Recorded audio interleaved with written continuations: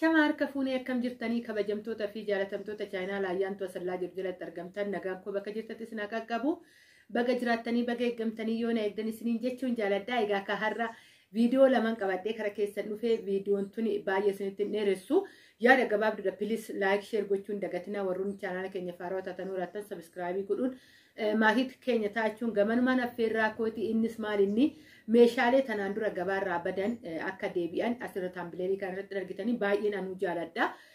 Meeshaa sun badanii turan bara darbe keessa jechuudha. Ani barbaadee dhabeen maamiloota baay'eedhaaf dhabe jedhee deebisee amma deebi'ee guddaas barbaadan xiqqaas barbaadan dhufee too jira isa hundaas nan beeksisa jechuudha. Meeshaaleen haarafti ammas sahaanuu ta'an deebisee wantoonni elektirooniksii karaa salphaadhaan maashinii malee wanni daakkachuu dandeenyu kan akka shunkurtiiwwanii already kan shunkurtii kanaan dura hin jira haala biraatiin dhufee akkasuma immoo foonillee karaa biraatiin maashinii malee hookan odoo maabiraatii hin barbaadin hojjechuu kan dandeenyu dhufeetoo jira. Isaan isin beeksisa asumaan immoo pilis dursaa kanan dubbadhu. Egaa ka jalqaba ijoollee yeroo baay'ee viidiyoo waan laaltaniif hagadumaa dhaggeeffachuun nama muraasadha. Kanaafuyyuu jalqaba irratti waan dubbadhu pilis koomentii jalatti ijoolleen walisoo baay'een na gaafattanii turtanii keessanillee obboleettiin tokko ijoollee walisoo naa barbaadinaan jettee turte. Pilis waan biraatii miti nuti ijoollee walisoo waliin nu barbaadinaan jedhe ijaa ta'ee fi nu gurmeessinaan jedhan ijaa ta'ee fi warroonni karaa biraatillee naannoo biraallee akkatti gurmaa'uu hin dandeessan baay'ee rakkoon tokko hin jiru. Yoo barbaadan guruuppii banattanii isin keessummeessuu nan danda'a isiniin jechuu koodha. Walumaa galatti amma pilis wanni bilbila kiyya nan teechisaa koomentii jalallee bilbila koo nan teechisaa taambilee irraallee bilbila koo nan teechisaa afaanillee jalqabumaan amma isinitti himaa. Bilbilli koo duwwaa 945 82 67 45 dha irran deebi'a. Bilbilli kiyya duwwaa 945 82 67 45 pilis bilbila feetan waatsaappii feetan iimoon lachuu saa 24 banaadha. Ijoollee walisoo waan koomentii jalatti illee ijoollee walisoo naa barbaadi kan jedhu barraa'ii keessanis obboleettiin biroo dhufte naa barbaadi jetteetu jira. Ijoolleen baay'een ni jirtu. Kanammoo yoo laayik gootan yoo sheer gootan ijoollee kana biraan ga'ama. Kanaafuyyuu pilis laayik godhaa sheer godhaa wal biraan ga'a ijoollee walisoo kan taatan koottaa guruubii isiniifan uumaa yookaan walittan isin qabaa isin jechuun jaaladha. Maaliif obboleettiin cimsitee koomentii irratti na gaafattee jira. Obboleettiin cimsitee keessanillee pilis nu barbaadi ijoollee walisoo baay'eetu jira wal argachuu hin dandeenye naan jedhanitu jira. Baay'izawwee walisoo adaamarraa fagoo ta'eetii miti. Haa ta'u malee mee wal gurmeessuun ofumaafuu jaalala. Achi keessatti waa baay'ee argachuu dandeessanii yaada sheer walii godhuu dandeessanii dhugaan isin jedha. Kan akka guruubiiwwanii nama jabeessu hin jiru. Baay'ee nama jabeessaa isin jechuu koodha. Oon kanet guruubiin gaarummaa fidhamu jira. Guruubiin waan hin taane fidhamu jira. Baay'izawwee ijoolleen keenya nama kaayyoo qabdan nama maaliif akka baatan beektan ijaa ta'ee fi egaa guruubiin kun gaarummaa fidhamaa. Waan barbaadan achirratti dubbatachuu dandeessanii hoon kana jedhu karaa meeshaaleetiin wal qabatee gorsaanis wal qabatee hojiidhanis wal qabatee akkasuma ijoolleen naannoo biraallee wal gurmeessuu hin dandeessan yookaan nu waami nama naannoo akkanaallee jechuu hin dandeessan. Kana jechuun immoo waan biraa of keessaa qabaateetii miti waa'ee hojiitiin wal qabateetidha isiniin jechuufani. Maaliif wal gurmeessan quunceef quuncee walitti arba hiitii masmara tokkorra jiranii walitti gaafa qabaman meeshaa galfachuudhaaf.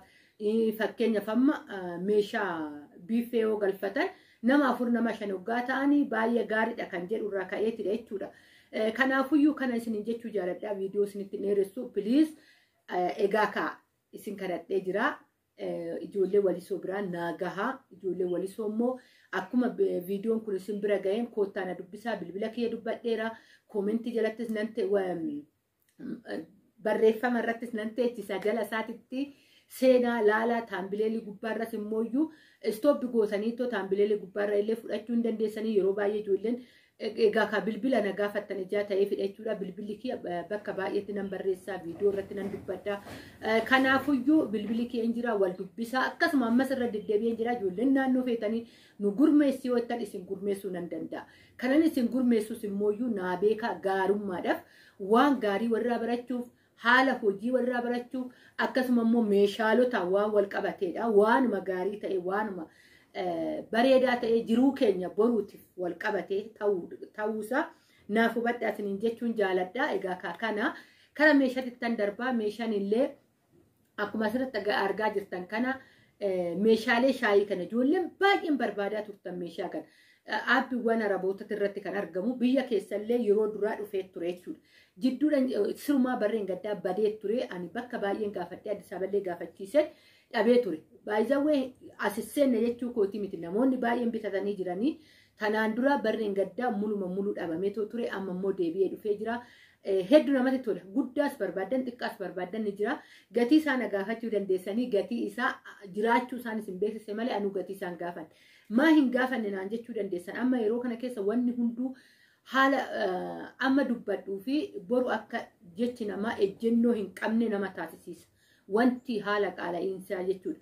Baay'izawwee haa ta'u malee waan nama sodaachisuu miti. Hin sodaatinaa isin jechuufan immoo girree baay'ee waa'ee qaala'iinsaa gaafa dubbannu ijoolleen sila gola oolmaa keessatti duunamoo hunduu waa'ee qaala'iinsaa haasaa idoon ani waa'ee qaala'iinsaa haasa'uu kootii miti. Haasa'uu koosoo hin taane haalli hookan birrii 5 hookan birrii 10 hookan birrii 20 dabaluu danda'a. Kan jedhu koon kana jedhe malee waan biraa akka namni kamuu jiraatutti ni jiraatama biyya keessaa. Isin qofaa miti warri jiraatu namni miliyoonaan lakkaa'amu lafa kanarra biyya keessa jiraachaa jira. Akkuma namni kamuu jiraatutti jiraachuu ni dandeessu.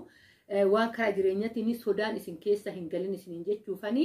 Ani kanan jechuu barbaade waa'ee meeshaatti isin jechuufan malee waa'ee qaala'iinsa jireenyatiin miti. Hojjette taanaan dafqite taanaan hojii tuffachuu baatte taanaan akka namni kamuu jiraatutti ni jiraatta.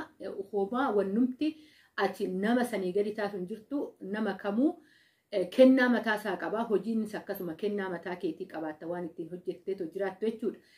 Kanaa isiniin jedha. Egaa kawaan biraa keessa hin seenu.